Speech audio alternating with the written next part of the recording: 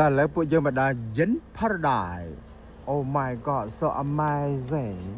a lot of gold oh a lot of mountain oh Zaha you come here also wow oh ชมรท่า you come here all to me oh my god so landscape beautiful oh a lot of people come to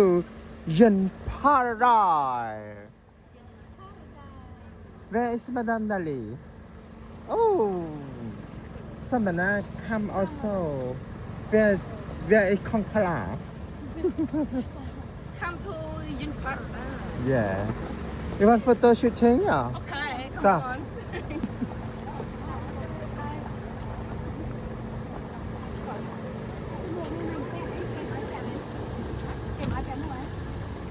cái đau dòng cảnh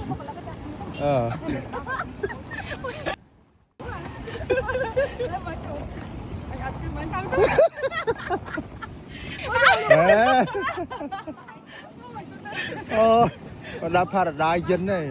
paradise dân paradise ok mà tớ nên ấy vậy tôi mà chôn nữa đây màបងប្អូនចង់មកកាត់ឆុងឬក៏មើលចង់បបមួយថ្នាក់អីសុំ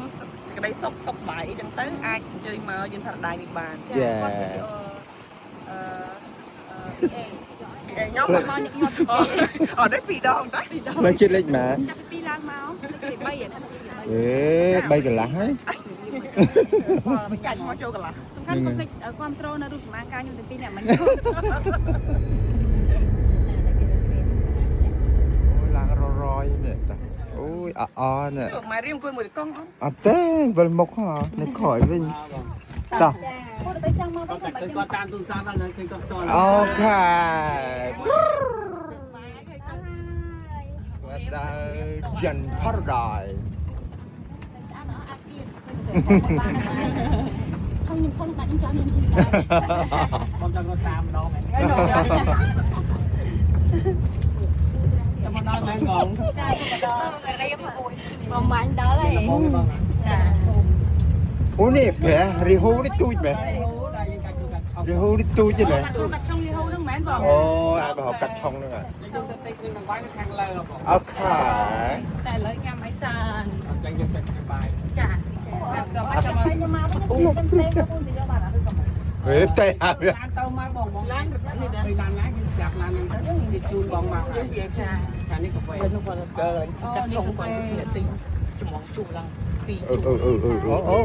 ចូលឡាចូលទូហើយមើលសាច់ព្រះអីគេព្រះរីហូអូខេតាសាត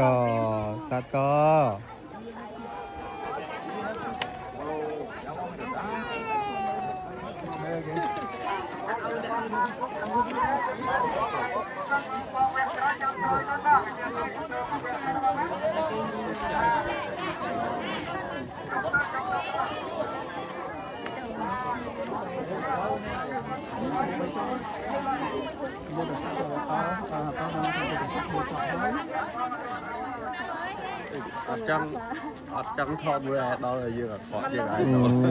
នេះស្អាតណាស់បងបាទ